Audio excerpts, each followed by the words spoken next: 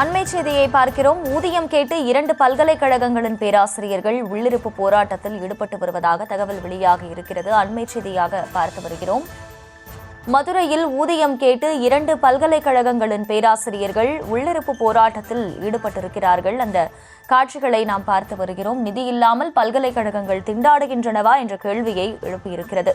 சென்னை பல்கலைக்கழகம், காமராஜர் பல்கலைக்கழக பேராசிரியர்கள் தர்ணாவில் ஈடுபட்டிருக்கிறார்கள்.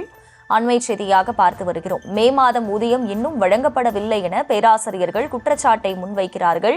2 பல்கலைக்கழகங்களிலும் போதுமான நிதி இல்லாததால் ஊதியம் தருவதில் சிக்கல் ஏற்பட்டிருப்பதாக தெரிவிக்கப்பட்டிருக்கிறது. சென்னை பல்கலைக்கழகத்தில் சுமார் 600 பேர் நிரந்தர பணியாளர்களாக உள்ள நிலையில் ஊதியம் கேட்டு 2 பல்கலைக்கழகங்களின் பேராசிரியர்கள் தர்ணா போராட்டத்தில் ஈடுபட்டிருக்கிறார்கள். தொடர்ந்து இது பற்றிய விவரங்களோடு செய்தியாளர் ராஜேஷ் நேரலையில் இணைகிறார். அவரிடம் பேசலாம். ராஜேஷ், வணக்கம். 2 பல்கலைக்கழக பேராசிரியர்கள் தற்போது தர்ணா போராட்டத்தில் ஈடுபட்டிருக்கிறார்கள். அவர்கள் முன்வைக்கக்கூடிய குற்றச்சாட்டுகள் எல்லாம் என்ன? பல்கலைக்கழக நிர்வாகம் தரப்பில் ஏதேனும் விளக்கம் கொடுக்கப்பட்டிருக்கா? இது பற்றிய முழு விவரம் என்ன?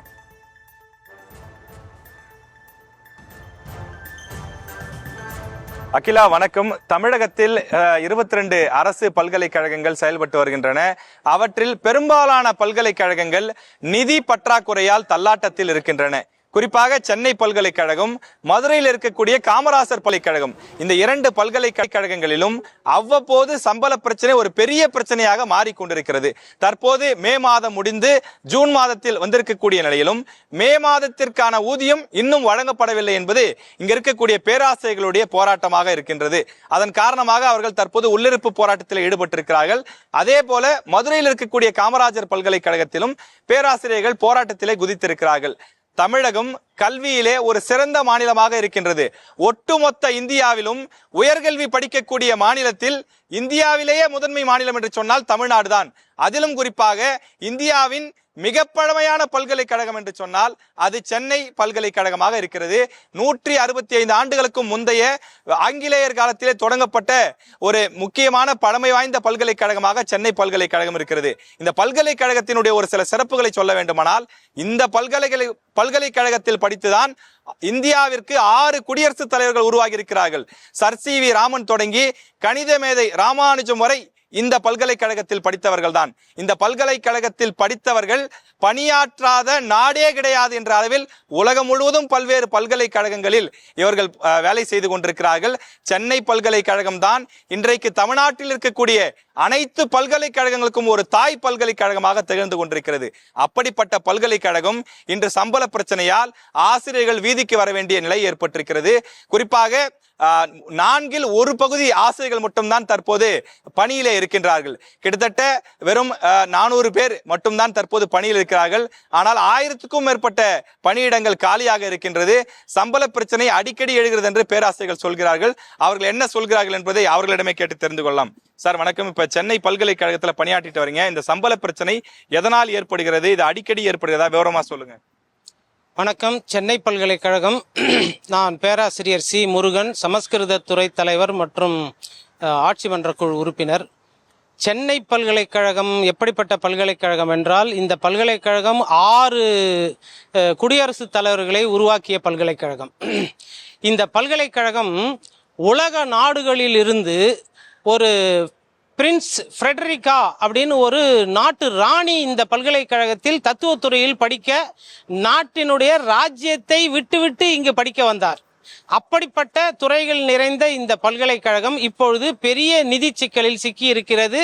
பல பல்கலைக்கழகங்களுக்கு தாய் பல்கலைக்கழகமாக விளங்குகின்ற இந்த சென்னை பல்கலைக்கழகத்திலிருந்து அண்ணா பல்கலைக்கழகம், எம்ஜிஆர் மெடிக்கல் பல்கலைக்கழகம், இந்த மாதிரி பல லா யூனிவர்சிட்டி, மியூசிக் யூனிவர்சிட்டி, இந்த மாதிரி பல பல்கலைக்கழகங்கள் பிரிந்து சென்றதனால் சென்னை பல்கலைக்கழகத்துக்கு நிதி சுமை வந்தது.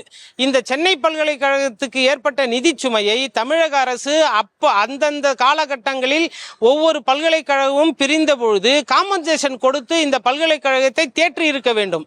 ஆனால் அந்த காலகட்டத்தில் இதையெல்லாம் எதுவும் செய்யாத காரணத்தால், சென்னை பல்கலைக்கழகத்தில் மாணவர்கள் பிரிந்து போன காரணத்தால் இன்று ஆசிரியர்களும் குறைவாகவும் மாணவர்கள் குறைவாகவும் மிகவும் நிதி சுமையில் சிக்கி தவிக்கிறது. இதுதான் மிக மிக முக்கியமான ஒரு காரணமாக இருக்கிறது. 543 ஆசிரியர்கள் பணிபுரியும் இடத்தில் வெறும் 180 ஆசிரியர்கள் மட்டுமே பயில்கின்றனர். 1100 நான் டீச்சிங் அரசு ஆசிரியர் அல்லாத அலுவலர்கள் பயன்படும் இடத்தில் வெறும் 400 அலுவலர்கள் பணி செய்கிறார்கள். இந்த 180 ஆசிரியர்கள் 400 அலுவலர்களை வைத்துக்கொண்டு இந்த A++ NAC தரச் சான்றிதழ் A++ வாங்கி இருக்கின்றோம். அந்த A++ வாங்கியதில் 120 கோடி ரூபாய் சென்னை பல்கலைக்கழகத்துக்கு மானியமாக பெறப்பட்டிருக்கிறது. ஆனால் தமிழக அரசு ஒவ்வொரு மாதமும் சம்பளம் சென்னை பல்கலைக்கழகம் அலுவலர்களுக்கு ஆசிரியர்களுக்கும் கொடுக்கும். அந்த சம்பளத்தை தமிழக அரசு நிதியை மீண்டும் ரீஎம்பர்ஸ்மெண்ட் பண்ணுவோம். ஆனால் பல வருடங்களாக அந்த ரீஎம்பர்ஸ்மெண்ட் பணம் எங்களுக்கு வந்து சேரல. வந்து சேராத காரணத்தினால சென்னை சிக்கல் உங்களுக்கு அடிக்கடி இருக்குங்களா? இந்த முதல் முறையா இது முதல் முறையா நடந்திருக்கு. இனிமேல் இது தொடர்ந்து இருக்கும்னு நாங்க கருதுறோம். ஏன்னா எங்களுக்கு கிராண்ட் வர்றது நின்று போயிடுச்சு.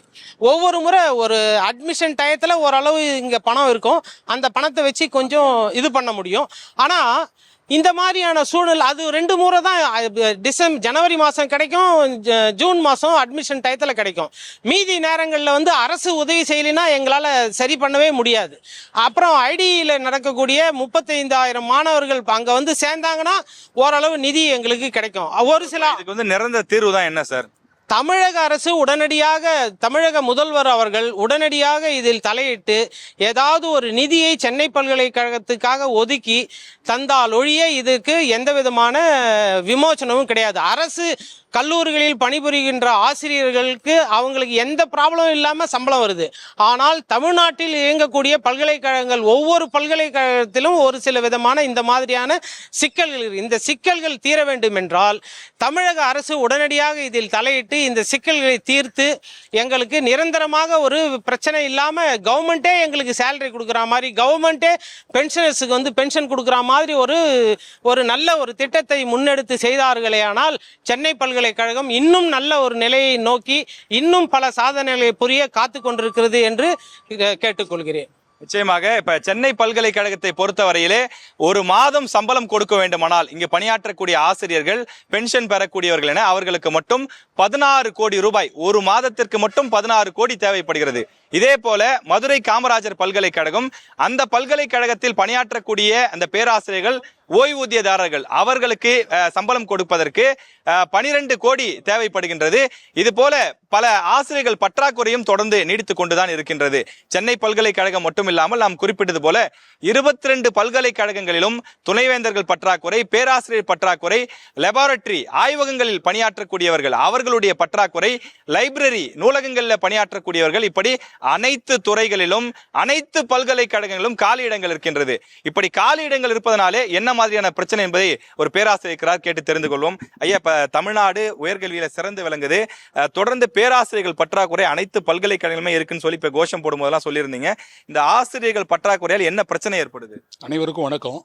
அதாவது தமிழக அரசு புதிய கல்விக் கொள்கைக்கு எதிராக மாநில கல்விக் கொள்கையை நாங்கள் உருவாக்குவோம் என்று மாறுதட்டி கொண்டு அனைத்து பல்கலைக்கழகங்களிலும் கல்லூரிகளிலும் பேராசிரியர்களை நியமிக்காமல் கல்வி தரத்தை உயர்த்த முடியாது என்பதை புரிந்து கொள்ளாமல் கடந்த 8 வருடமாக எந்த ஒரு பல்கலைக்கழகத்திலும் பேராசிரியர் பதவி நிரப்பப்படவில்லை என்பதை இங்கே குற்றச்சாட்டாக நாங்கள் பதிய வைக்கிறோம் தோழர்களே. அதே போல அது மதுரை பல்கலைக்கழகமாக இருந்தாலும் சரி, சென்னை பல்கலைக்கழகமாக இருந்தாலும் சரி, மற்ற பல்கலைக்கழகம் இருந்தாலும் சரி, துணைவேந்தர் பொறுப்பு குழுவிலே இருக்கக்கூடிய நம்முடைய உயர்கல்வித்துறை செயலர் அவர்கள் தன்னுடைய பங்கினை சரியாக ஆற்றவில்லை என்பதையும் பதிவு செய்து கொண்டிருக்கிறோம். கடந்த 2 ஆண்டுகளிலே 5 உதவி, அதாவது 5 ஹையர் எஜுகேஷன் செக்ரட்டரி வந்திருக்கிறார்கள்.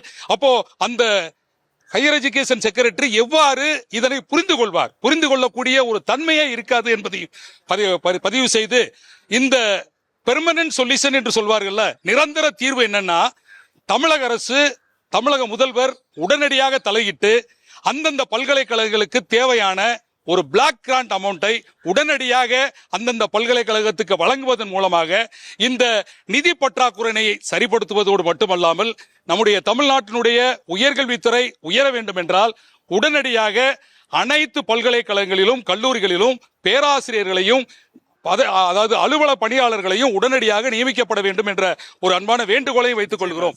நிச்சயமாக தமிழக அரசு உரிய நடவடிக்கை எடுக்க வேண்டும் என்பதுதான் அனைத்து பேராசிரியர்களுடைய எதிர்பார்ப்பாக இருக்கிறது. களத்தில் இருந்து விவரங்களை வழங்கியமைக்கு நன்றி ராஜேஷ்.